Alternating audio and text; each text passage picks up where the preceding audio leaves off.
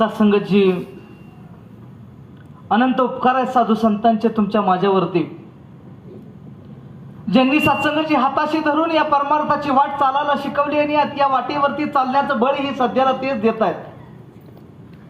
नाहीतर आम्हासारख्या जड जीवामध्ये संसारामध्ये व्यस्त असलेल्या माणसाच्या मनामध्ये परमार्थिक विचाराची उत्पत्ती करण्याचं कठीण काम साधू संतांनी सोपं केलं. आणि म्हणूनच सत्संगाची आज तुमच्या सगळ्यांच्या पंक्तीला येऊन बसण्याचा योग प्राप्त होतोय. माईकचा आवाज इकडे तिकडे थोडासा होऊ द्या, परंतु तुमचं लक्ष इकडे तिकडे होऊन देऊ नका. गीतात बघा आताच सांगितलं की माझ्या मनाचा संशय मिटला. या जगावरती सध्याला समाजावरती सध्याला एका संशयाचं ढग आलेला आहे. जग दुसर झालेलं आहे. संशय हा विनाशाकडे घेऊन जात असतो, परंतु तुम्हाला मला आता तुमचा माझा संशय मिटवायचा असेल, समाजाचं नैतिक अधिष्ठान दररोज हलायला लागलंय. समाजाच्या नैतिक अधिष्ठानाला दररोज वेगवेगळ्या प्रकारचे मोठमोठाले धक्के बसायला लागलेत. त्यावेळेस मला असं वाटतं की आता या समाजाची नैतिक अधिष्ठान पुनश्च प्राप्त करून देण्याची जबाबदारी घेणार कोण? या समाजाला पुनश्च एकदा साधू संतांनी सांगितलेल्या मार्गावरती नेणार कोण?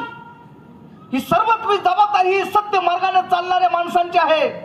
आणि म्हणून सत्संगाची आज या ठिकाणी एवढा खर्च करून हे संत महात्मा तुम्हा मला त्या सत्याप्रती जागरूक करतायत, जागा करतायत, सांगण्याचा प्रयास आणि प्रयत्न करतायत की जागा हो माणसा, संधी ही अमोल, तुझ्या जीविताला आहे लाखाचं मोल. अरे घालतील वैरे मग तुझ्या जीवावर घाला आणि वासुदेवाला रे वासुदेवाला.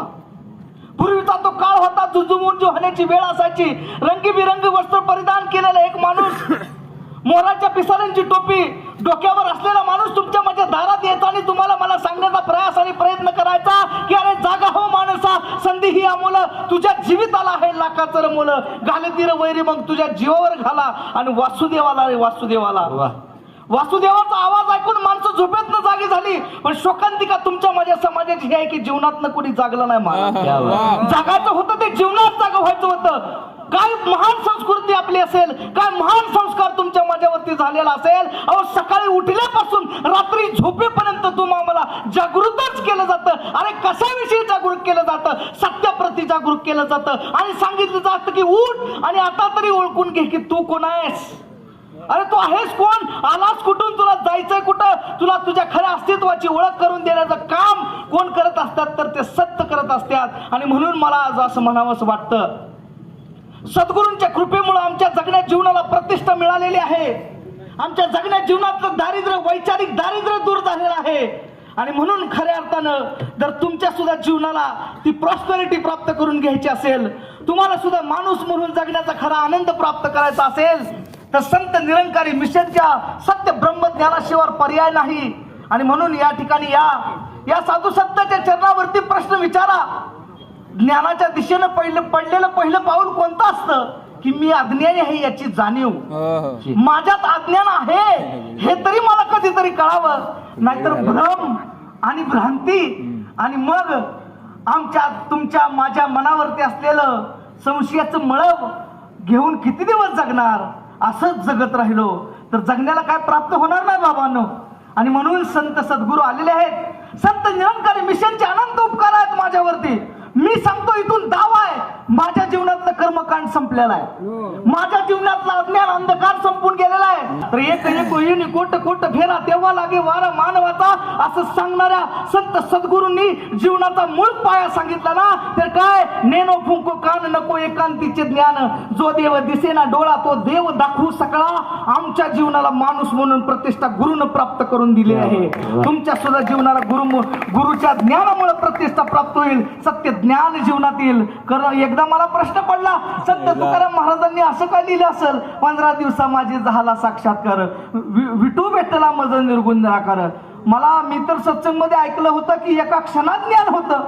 मग 15 दिवस संत तुकाराम महाराजांसारख्याला कसं काय लागलं बाबा? मग त्यावेळेस मला एका जाणकार महात्म्याने सांगितलं, म्हणाले ज्ञान व्हायला वेळ लागत नाही हो, अज्ञान काढायसाठी 14 दिवस लागले. जर तुकाराम महाराजांसारख्याला 14 दिवस लागले वाटलं असतेल तर तुमच्या माझ्यासारख्यांना जरा विचारच करावा लागेल माझं अज्ञान निघलंय का. आणि अज्ञान काढायचंय बर का. ज्ञान थोडं उशिरा झालं तरी चालेल, थोडं उशिरा झालं तरी चालेल. ज्ञान घेऊन शांतच व्हायचंय, निवांतच व्हायचंय, खुशच व्हायचंय, स्थिरच व्हायचंय, तत्वाशी एकरूपच व्हायचंय. तिथं मुक्काम आणि स्थितीच आहे. ज्ञान थोडं उशिरा झालं तरी चालेल, पण बाबा हो अज्ञान व्यवस्थित काढून घ्या हे सांगायला सद्गुरू आलेले आहेत. आणि म्हणून सत्संगजी हे ज्ञान कुणाचं ज्ञान आहे. अरे ज्या ज्ञानानं नरेंद्रचा विवेकानंद झाला ते ज्ञान हे आहे भावना. ज्या ज्ञानानं संत ज्ञानोबा जगाची माऊली झाला हे ते ज्ञान आहे महाराज.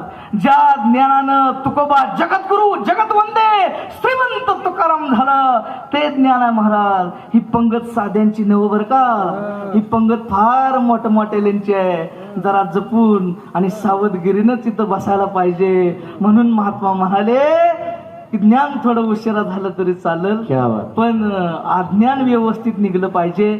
आणि पुनश्च एकदा सांगतो की आमच्या जीवनात आले, जगण्या जीवनाची कला आम्हाला प्राप्त झाली, माणूस म्हणून जगण्याचं कसब आम्हाला प्राप्त झाले. भले आम्ही देव होऊ न होऊ, देवत्वाची संत साधूंच्या विचाराची साधुत्वानं वागण्याची चेष्टा आम्हाला करायची पण नाही, पण ज्ञान घेऊन आम्ही माणूस म्हणून जगण्याचा प्रयास तरी करायला लागलोय. ह्याची सुद्धा आगळी वेगळी मजा आहे. प्रेमाने बोला.